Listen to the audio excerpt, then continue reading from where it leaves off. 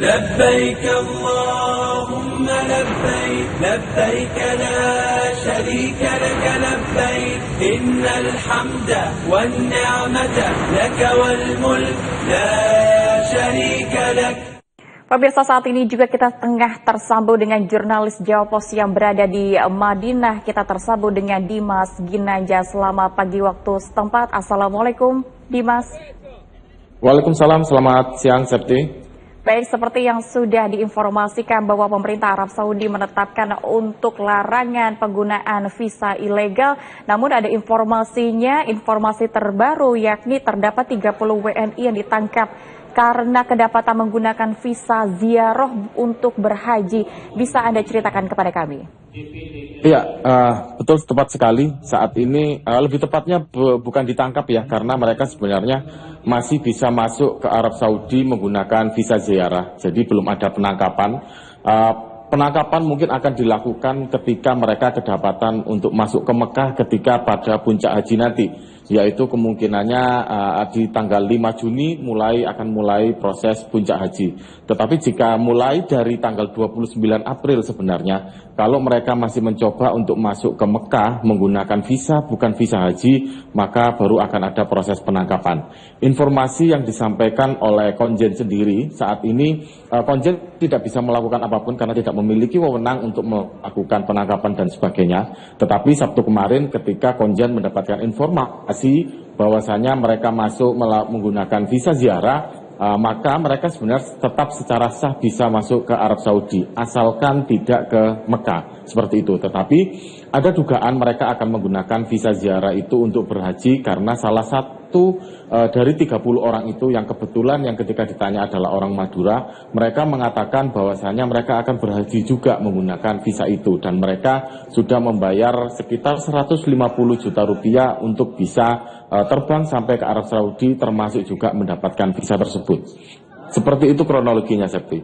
Baik, maka menurut keterangan dari salah satu WNI yang sudah sempat Anda tanyakan, Dimas, apa sebenarnya penuturan mereka? Apakah bisa dikatakan mereka menjadi korban dari tour travel ibadah haji? Iya, kemungkinannya seperti itu, karena mereka sebenarnya secara ekonomi berarti kan punya daya beli ya, punya kekuatan untuk membeli, tetapi mereka sepertinya masuk ke dalam pihak tour and travel yang salah sehingga dijanjikan untuk bisa berhaji dengan segera tetapi dengan cara yang tidak tepat, yaitu tidak menggunakan visa haji. Padahal kalau misalkan mereka menggunakan mekanisme yang tepat dengan kekuatan daya beli yang mereka punya, sebenarnya kan ada beberapa opsi, misalkan menggunakan haji plus atau haji furoda misalkan, itu menjadi haji resmi, tetapi mereka membayar 150 juta ini tidak ada kepastian bahwasanya mereka akan bisa berhaji, apalagi kalau nanti sampai di Mekah lalu mereka tertangkap, itu pasti mereka akan dikeluarkan dari Mekah. Pengalaman saya ketika masuk di Mekah ketika pada tanggal 28 April kemarin, akan ada beberapa pintu checkpoint yang akan mengecek bahwasanya memang benar kita menggunakan visa haji. Begitu juga ketika mau masuk ke komplek Masjidil Haram. Di situ waktu itu saya sendiri ada 2 pemeriksaan oleh askar atau polisi setempat dan mereka selalu menanyakan visanya visa apa, seperti itu. Jika kedapatan visanya bukan visa Arab Saudi, maka nanti informasi dari Konjen kita akan dikumpulkan semuanya oleh askar satu perkumpulan gitu yang isinya adalah orang-orang yang tidak memiliki visa haji. Lalu kita akan dimasukkan ke dalam bus untuk nanti lantas dalam tanda kutip dibuang atau diturunkan di perbatasan Mekah dan Jeddah di sekitar kilometer 14. Seperti itu. Nah, kalau bagi mereka yang tidak memiliki visa untuk masuk, dalam arti masuk Arab Saudi secara ilegal, maka nanti akan langsung dijebloskan ke penjara. Kurang lebih seperti itu gambarannya, Septi. Baik, mengingat di tahun ini masih kedapatan juga beberapa CJH ini menggunakan visa ilegal, apakah sebenarnya untuk dari pemerintah Arab Saudi sendiri memberikan fasilitas mungkin ada tambahan untuk visa haji yang bisa diuruskan di sana untuk administrasinya atau bagaimana?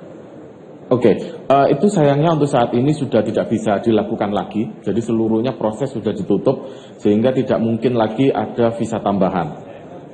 Pemerintah Arab Saudi sendiri juga sudah memberikan sosialisasi melalui portal websitenya yang juga sudah disampaikan kepada Kemenak bahwasanya ada 4 mekanisme hukuman sebenarnya yang akan diberlakukan jika kedapatan menggunakan visa haji ilegal. Hukuman ini sebenarnya tidak hanya untuk jemaah haji yang nekat untuk masuk Mekah tanpa visa haji, tetapi juga bagi yang memfasilitasi. Jadi jika misalkan dia menggunakan seorang teman yang warga Arab Saudi misalkan untuk tempat tinggal atau menggunakan kendaraan warga Arab Saudi untuk menuju Mekah, maka mereka yang memfasilitasi juga akan kena hukuman juga. Dan itu dikalikan berapa jumlah orang yang menggunakan visa ilegal. Sehingga bagi fasilitator itu akan menjadi sangat berat. Misalkan WNI, 30 WNI ini benar nanti mereka akan nekat masuk Mekah, lalu mereka kedapatan oleh polisi, 30-nya kena polisi, maka fasilitator yang membawa mereka ke sana akan dihukum, jumlah dendanya dikalikan 30 orang yang kedapatan tadi itu.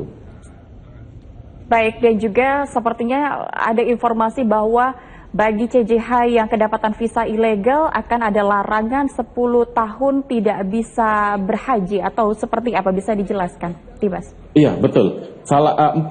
Dari empat tadi hukuman itu, salah satunya memang adalah bentuk pencekalan untuk masuk Arab Saudi selama 10 tahun. Jadi misalkan WNI asal Madura tadi itu benar dia kedapatan masuk Mekah secara ilegal, tidak menggunakan visa haji, maka dia tidak akan bisa masuk Mekah sampai 2035.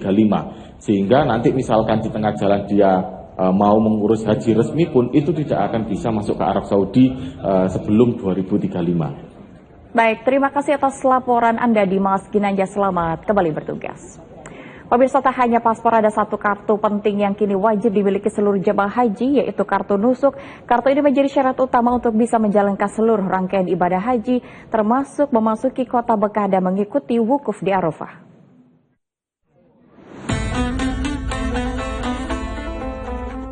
Satu kartu, satu akses menuju ibadah haji yang sah. Inilah kartu nusuk, identitas digital resmi yang kini menjadi syarat utama bagi setiap jemaah haji untuk bisa menunaikan seluruh rangkaian ibadah, termasuk ke Mekah dan wilayah Arafah, Musdalifah, dan Mina. Pernyataan Ketua PPIH Arab Saudi, Muflis Hanafi, bukan tanpa alasan. Tanpa kartu nusuk, jemaah tak akan diizinkan melanjutkan perjalanan ibadah, apalagi mengikuti wukuf yang merupakan rukun haji. Data Siskohat menunjukkan hingga Selasa pagi, lebih dari 33.000 jemaah dari 86 kloter sudah tiba di Madinah.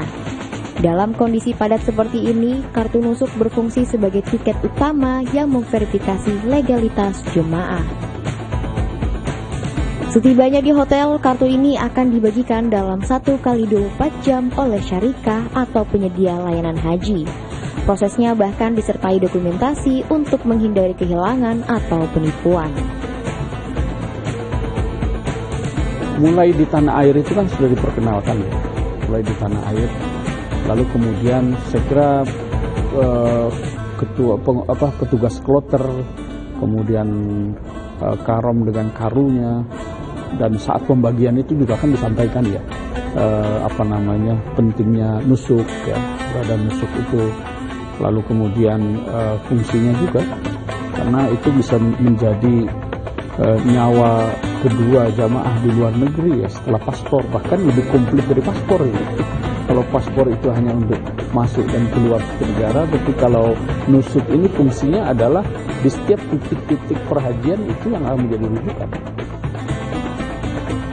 Muhlis meminta seluruh petugas kloter dan pendamping untuk terus mengedukasi jemaah agar kartu ini selalu dikalungkan dan dijaga baik-baik. Karena satu kartu ini bisa menentukan kelancaran ibadah seseorang.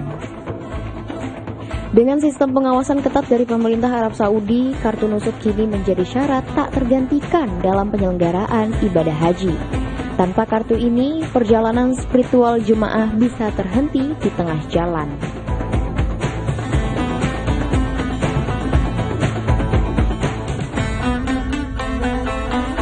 Keberangkatan pertama jemaah calon haji asal Pandeglang, Banten yang tergabung dalam kloter 17 resmi diberangkatkan. Pemberangkatan jemaah dilepas langsung oleh Wakil Gubernur Banten, Bupati dan Wakil Bupati Pandeglang, jajaran Kemenak dan pemerintah Kabupaten Pandeglang.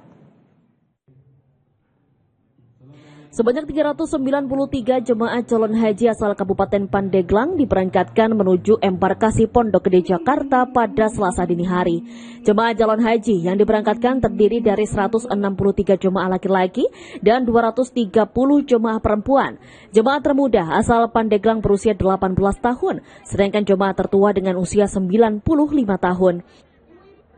Kami berharap agar para jemaah menunaikan ibadah haji dengan penuh semangat dan juga berbagai ibadah, baik itu sunnah, baik itu wajib, perlu ditingkatkan di sana. Karena ini bukan hanya perjalanan fisik, tapi juga perjalanan jiwa dan Jemaah calon haji akan diinapkan selama 1 malam di Asrama Haji Pondok Gede Jakarta sebelum diberangkatkan ke Tanah Suci. Mereka diminta untuk menjaga kesehatan dan mengikuti arahan petugas demi kelancaran pelaksanaan ibadah haji. لبيك اللهم لبيك لبيك لا شريك لك لبيك إن الحمد والنعمة لك والملك لا شريك لك